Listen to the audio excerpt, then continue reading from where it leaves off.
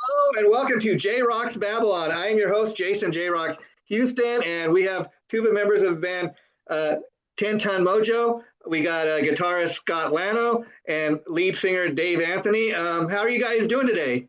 Hey, we're doing great, man. Doing great. Just finished up a photo shoot.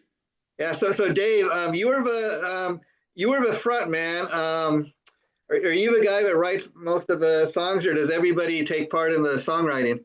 It's definitely a collaborative effort. I mean, we kind of all, I'd say, either Scott or Christian kind of come up with a riff, sometimes even Kenny.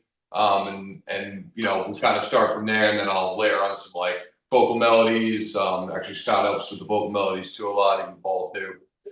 So it is pretty collaborative. Yeah, it's a group effort. Yeah. I think, one guy has an idea, he brings it in, and then, between the five of us, we kind of kick it around and turn it into a 10 Ton Mojo song. And so where is home base for the band?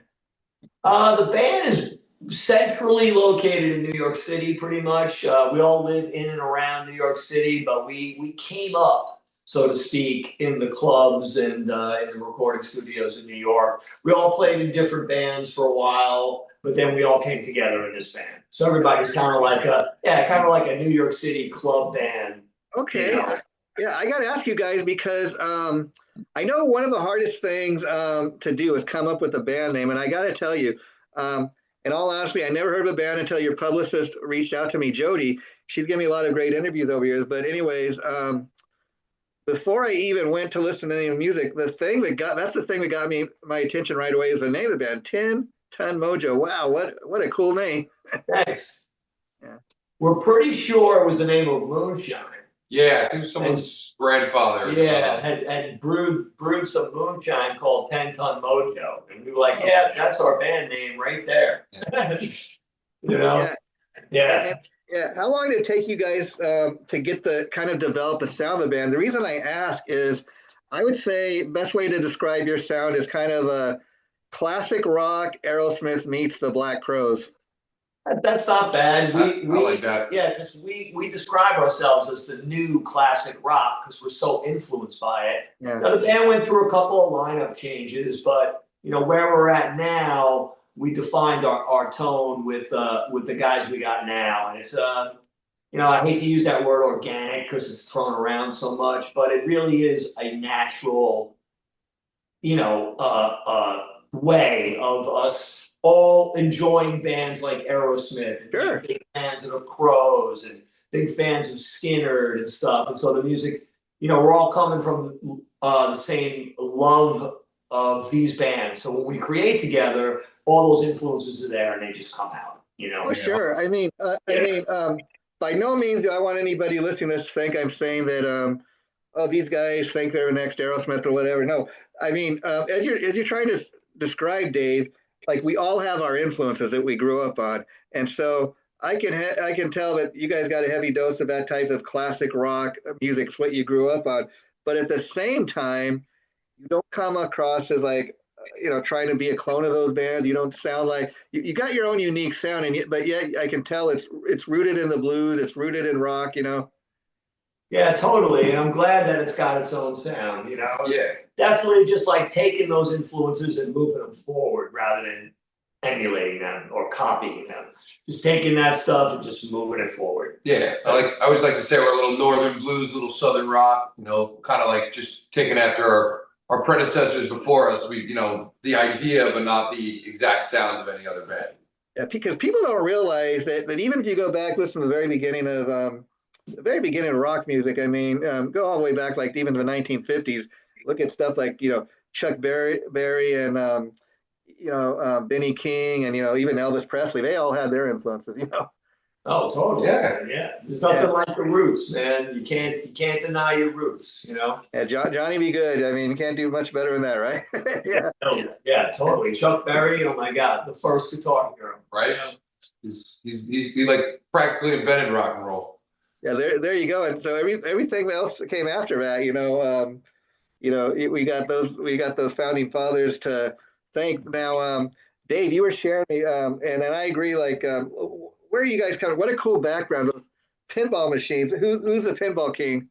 We're at Scott's house right now. I'm guilty of the pinball part of this Zoom meeting.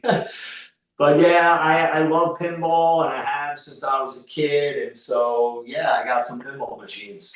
And I'm sure. I don't know if you had a chance. That's why I'm asking. Because I discovered this last on my last trip to Vegas. They have a cool pinball museum there. I know all about it. It's called the Pinball Hall of Fame. I've been there myself, and it's an unbelievable place. Yes, Yeah, I couldn't believe. I mean, me and my friend. I mean, we were looking for things to do, and I come across the Pinball Hall of Fame. Like, what the hell is this? We got to go check this out. And it did not disappoint. We spent a good portion of the day there. I mean, they had everything from a Kiss pinball machine to the Munsters, I know Rambo. it's an amazing place, and the guy who started it and owned it, Tim Arnold, is an amazing guy. He gives a lot of that money goes to charity, which I think is really amazing as well. Yeah. So he's turning people on to pinball, and it's also for a good cause. So really great place. Having these pinball machines in your house, that's pretty cool. But have you reached a point where like you mastered them, you reached the high score, like okay. Yeah, well, I got a couple others in storage, and if I get bored, I'll fold them up. You know, they fold up, the legs come off, and I'll set up a different one that I haven't played in a while. Yeah. But you know, they're all different. They're all different themes with different rule sets. So yeah, you can get bored. I can see that. These guys become cool my all-time favorites. So it's cool to have something else in your life besides music, that gets you off, Yeah, totally. Yeah, that's. So how long has the band been together? Well, in this current lineup, Dave, you've been with us what now? I joined in 2019. So about 6 years with the current lineup. We were together before that for a bunch of years, but I don't count those. I only count the years I'm up my way right now in the band. I was going to ask, did you have another singer prior to Dave? We did have a singer prior to Dave, a guy named Ernie that we did our first record with. He was really good too. That's if you look on Spotify or any of our with the self-titled 10-ton Mojo album from back, that would be Ernie on it. He did some great work. I thought Ernie was fantastic. I feel honored to take on the legacy of Ernie as well, and I think it's I like to think it's gone a little further and a little better. But it has, but that happens with any thing that you put time into. It's growing. It's just growing. Yeah, it's not just it's nothing bad there. You have respect for what came before, but let me ask you, especially with replacing frontman the singer, were you at all worried about that, Scott? How the fans would react to it?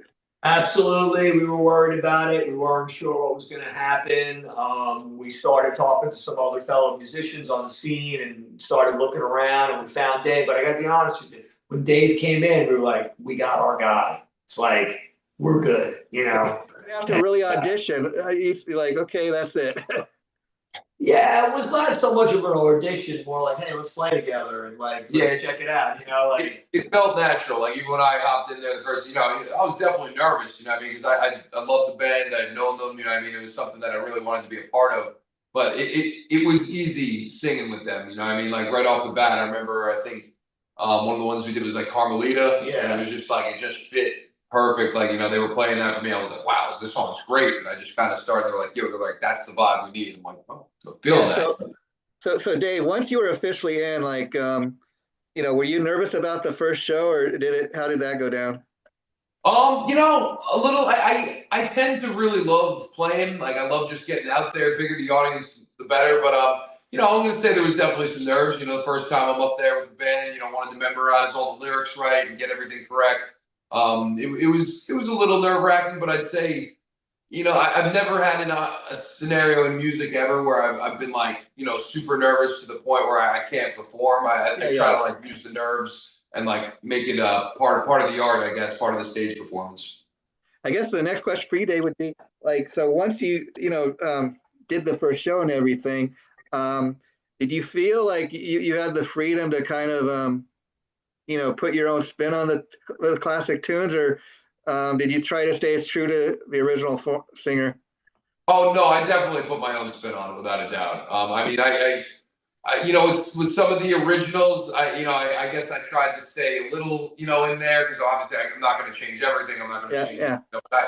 I took some liberties even with melody, and I definitely put my own flair on it as well. You got to be your own voice, you know. Sure, sure. Because otherwise, the people are going to then be a little too critical and say he's trying to be like the other guy, instead of just being Right. yourself. Yeah, Yeah, yeah, but yeah, you want the identity of the band to be, Dave, not, what has happened before. So we encouraged him to like, hey man, make it your own, make it your own. And couldn't have worked out better, honestly. And now the current single I've seen the video for Rebel Heart Gypsy. That's kind of it's a pretty cool video. Great performance by you guys. Talk a little bit about the making in the video. And I don't know if you want to get into what the song is specifically about. I mean, Rebel Heart Gypsy Soul. Actually, there's we just released to YouTube a little bit of the behind the scenes footage there, which is kind of cool, and you can see both the video and the behind the scenes video on our YouTube page. But it's just it's a feel good, love, do what you want, kind of just embraces freedom and rock and roll and just everything that's great in life. Like the title's pretty much, self-explanatory. You got a rebel heart, and you got a gypsy soul. You're free. You're free to go out in the world and spread love and light, and the freedom to rock out and be yourself. And another song you had a music video for, what I really enjoyed was The Hurt. Oh, right on, man. Yeah. Yeah. Great tune. Love that song. That song's more about getting your heart broken. But little different subject matter than Rebel Heart. Well, that's one of those songs that everybody can relate to, because who honestly hasn't gone through that, right? At least once. Oh my God, yeah. 100%, man. And we're big on that. I know Dave's big on that with his lyrics. We want to relate to the audience. We want to, like, think about your life. How songs, like, you remember certain songs, you can connect them to certain events in your life. We're hoping that happens with our stuff. Right. You want to be genuine, but also all encompassing. You want to make sure that the audience is relating to what you're saying. Right, because they feel what you feel. Yeah, and you guys really should have no apologies about claiming to have a classic rock sound, because let's be honest, a lot of the great classic rock that we all listen to, the reason that like 40 or 50 years later it's still being played on the radio is they just got songs that got great hooks, and you can sing along with. I mean, to me today, rock and roll all night and party every day, you can't get much better than that. 50 years later it's still just as good. No, I still am rocking out hard every time I hear that song. And speaking of Kiss, we were very privileged to have actually the late, great, recently late Ace Frehley. We got to open for him in support of him at in May. Yeah, Starland Ballroom in Jersey. That was a great show. Yeah. I'm a diehard Kiss fan. I got to tell you guys, of course, he suffered an injury in his home, a couple of weeks back, and been all this news breaking about it ever since. And then he was hospitalized, and actually the day he died was interesting, because I was at work like a lot of people, and I've seen this on Facebook as it's kind of developing, and they're saying he's on life support, and then by the end of the afternoon he's passed on. And Ace, and then we got Ozzy earlier this year. A lot of our rock and roll heroes are going by the way, but and that's just a testament of that we're getting old. But I think that's what I think it's great to have bands like Tintin Mojo, because a lot of bands, let's be honest, people aren't buying CD like they used to. And that's what I dig about bands like what you guys are doing. You're still putting out new music. I mean, you're a new band, so if you didn't put out new music, what would you play, right? And we're gonna pick up the flag and carry the flag for Ace and all those other guys. The idea. Keep the torch lit. The glory of rock and roll must go on. Yeah, and so on that note, I was reading that you guys have, you mentioned Ace Frehley. I think I read that you opened shows for Quiet Riot and some other pretty big name national acts. That's pretty good, Yeah. We've grown a reputation for ourselves, and we're actually able to get up with some of these national acts and open up shows for them. It's great meeting all those guys again. Like Rudy Sarzo played in Quiet Riot. Another childhood hero of mine from the Ozzy Osbourne, the early Ozzy stuff. We also work with Max Norman. He's our producer. He produced. I was going to ask about that. How did you guys hook up with Max? I mean, we met Max in New York. Yeah, when he was living in New York. And we were just kind of friendly. and he came to see the band, and he's like, "I'm your producer. I'm going to produce your stuff." I'm like, "Okay." Yeah, nobody had any argument with that at all. Yeah, you must have been pinching yourself. Yeah, all those great Ozzy albums. Yeah. I mean, he had so many nice things to say about the band, and he really likes what we're doing. And he's like, I want to record you guys, you know. So we wound up working with him, and we've done the last couple of things with him, and it's been amazing. Really, see, a great thing. Why you guys really, that's a big honor for a simple fact that that's a legendary producer. That he gets to pick the acts he works with. You know, he's not doing this for money at this point in his career. Yeah, that's legend. I mean, yeah, everybody knows. I mean, you mentioned Ozzy earlier. I mean, he's the guy for Ozzy pretty much. But I mean, there's so many other bands too. But you know, like our relationship with him is great. Not only professionally, but you know, over time, you know, you work with somebody, you get to know them personally, and so sure. It's been now, really. Now you guys got your own Max Norum stories, I'm sure, which is another feather in your cap, and that's a great honor and everything. But let me ask you, Dave, as far as you go, who are some of your favorite singers growing up that influenced you? Oh, I mean, I always go with these three usually. Jimmy Page, that's guitar. Robert Plant was definitely 100% a big influence. I was big on Jim Morrison of the Doors. I like the lows that he had. He was just a great American singer. And John Fogerty, actually, from Creedence Clearwater Revival. I really kind of like. That's kind of like what I would kind of try to emulate him and kind of develop my gruff kind of off him. So those are like three guys that were really, really influential to me. Yeah, Fogerty, interesting cat because he's one of the greatest songwriters of all time out there, and it's kind of sad if you know anything about his career. He just recently got all the rights back to his songs, and it's kind of a sad state too, that the fact that he was in the band with his brother, and they had this kind of love-hate thing. They, I think, hated each other more, but they loved each other, even to when the brother died. But he's that whole lawsuit that the band had against him too. Like they were like, you stole like he robbed the sound of Creedence, and I'm like, I remember having a conversation once with my dad and being like, I'm like, he's the sound. Like, yeah.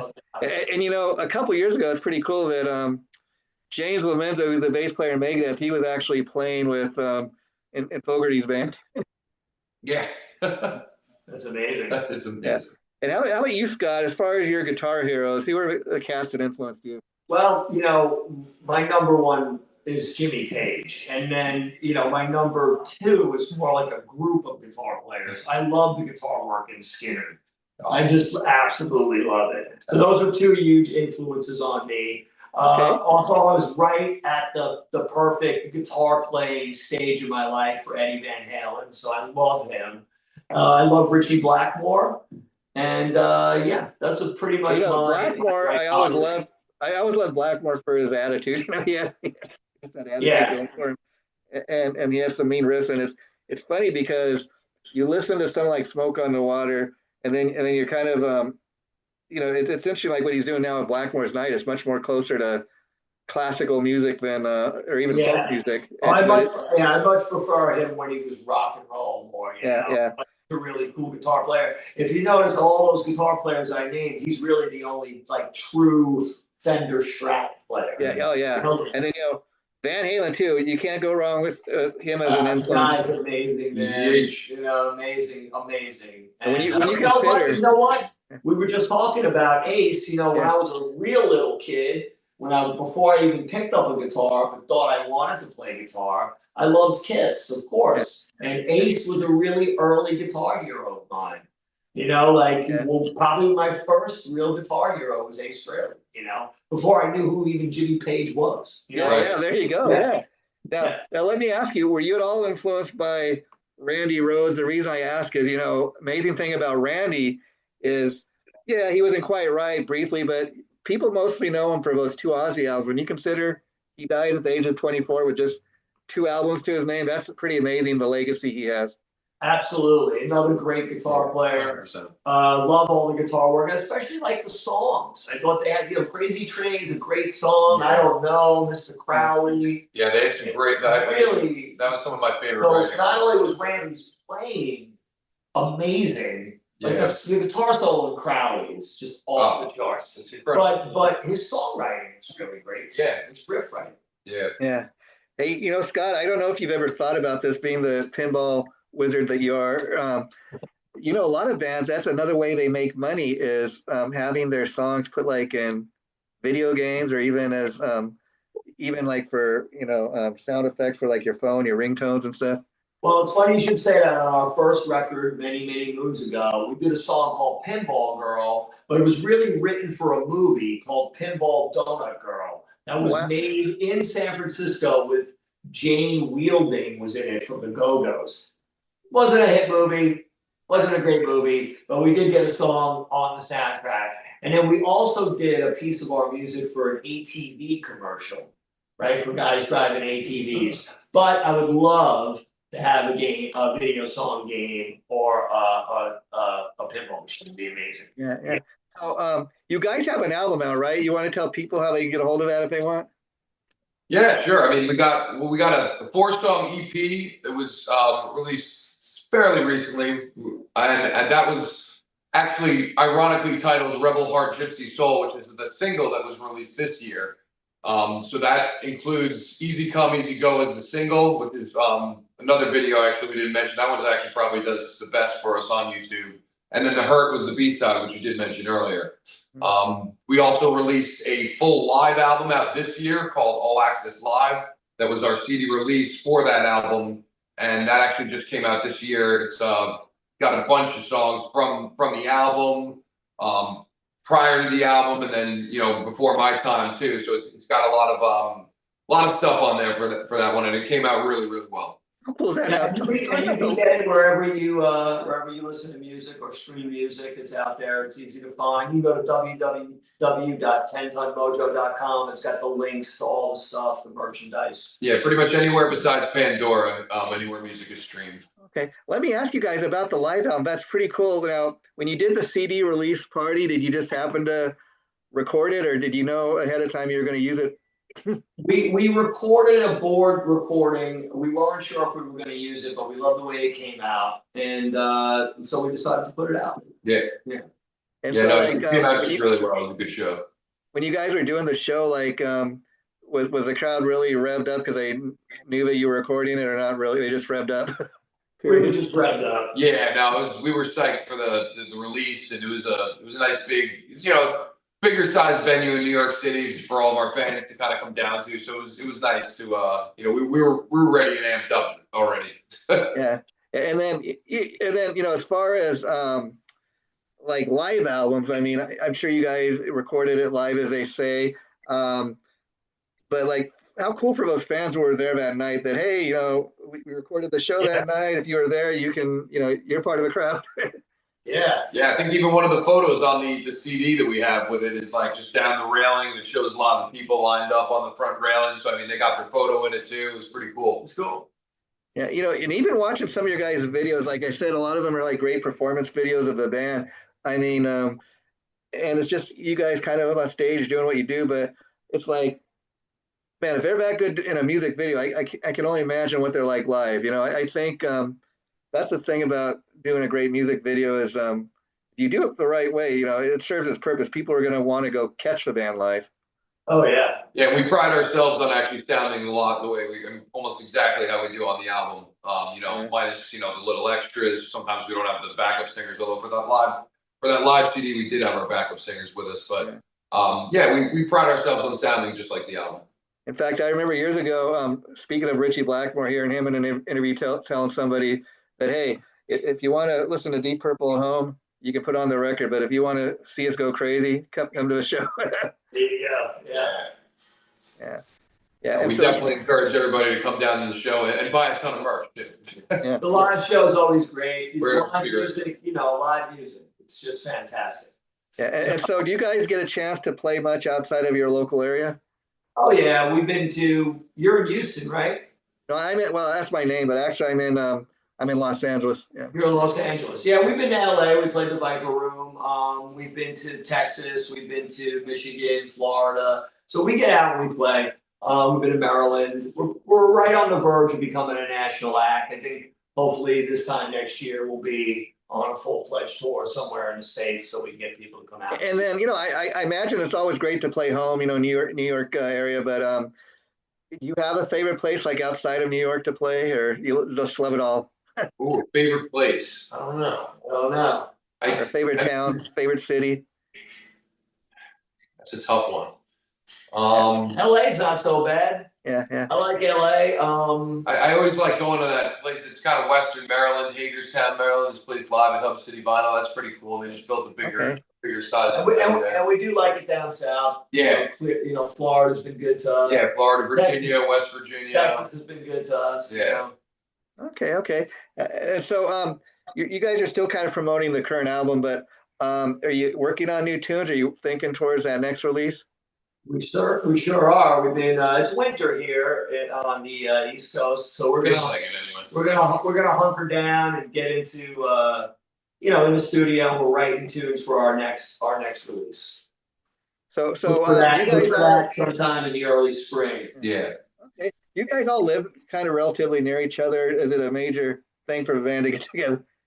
It's a little bit of a stretch. Yeah, more or less. Me and him actually probably live the furthest distance from each other. He's a little upstate, not what you'd actually call upstate New York, but a little more upper.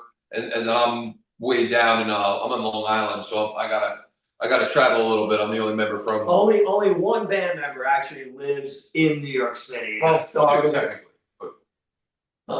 Well, one on the island of Manhattan, but Paul's really, he's in a borough. He's in Staten Island. Yeah. So those two, those guys are the city boys. And so the rest of us kind of live around the city. Yeah. I mean, here in LA where I'm from, people cry about when it rains, but I imagine where you guys live, it must get like really cold, like 3 degrees or something.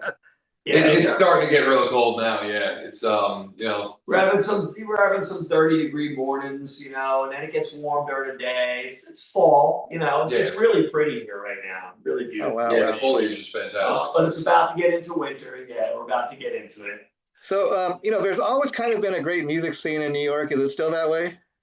Yeah, they still have a music scene. It's still an art town. There's lots of art and creative people all around. There's a nice little club scene on the Lower East Side. It's got some good clubs where you can still see really good original music. So yeah, it's still vital. Okay, that's great. Well, Scott and Dave, I want to thank you guys for doing this today. It's great getting to know you. I'd love to have you back, down the line anytime you have someone to promote. So good luck with everything you guys are doing, and take care. And I'll be putting this up probably Monday, like I said. I'll send you the link once it goes up. Okay. Great. Can't wait to see it, man. Thank you so much. And we'll be talking to you soon. Thank you much. All right. Take care. Take care, guys. Bye-bye.